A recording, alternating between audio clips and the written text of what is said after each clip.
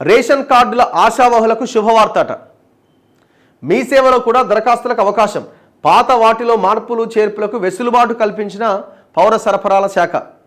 So అక్కడ ఇక్కడ application ఇవ్వడమే కాదు, మీ సేవలో కూడా మీరు రేషన్ కార్డు కోసం అప్లై చేసుకోవచ్చట. ఇప్పుడు అప్లికేషన్ ఇవ్వడము అన్నది పెద్ద సమస్య కాదు ప్రజలకి. మీరు ఆ అప్లికేషన్స్ తీసుకున్నవి ఎన్ని పర్స్యూ చేస్తున్నారు, ఎంత మేర రేషన్ కార్డు ఇష్యూ చేయడానికి మీరు చిత్తశుద్ధితో పనిచేస్తున్నారు అన్నదే పాయింట్.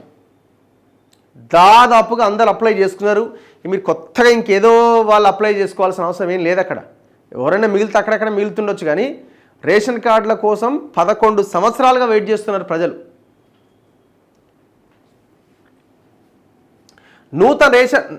నూతన రేషన్ కార్డుల కోసం అర్హులు ఎవరైతే ఉంటారో మీ సేవ ద్వారా ఆన్లైన్లో దరఖాస్తులు సమర్పించేందుకు అవకాశం కల్పించాలని రాష్ట్ర పౌర సరఫరాల శాఖ నిర్ణయించింది.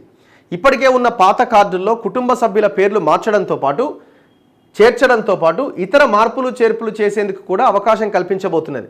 ఈ మేరకు మీ సేవ డైరెక్టర్కు ఆ శాఖ శుక్రవారం లేఖ రాసింది. కొత్త రేషన్ కార్డుల కోసం దరఖాస్తులను స్వీకరించాలని అందులో కోరింది. అనర్హులు, డూప్లికేట్ దరఖాస్తులను నివారించడంలో భాగంగా ఈ అవకాశం కల్పిస్తున్నట్లు లేఖలో పేర్కొంది.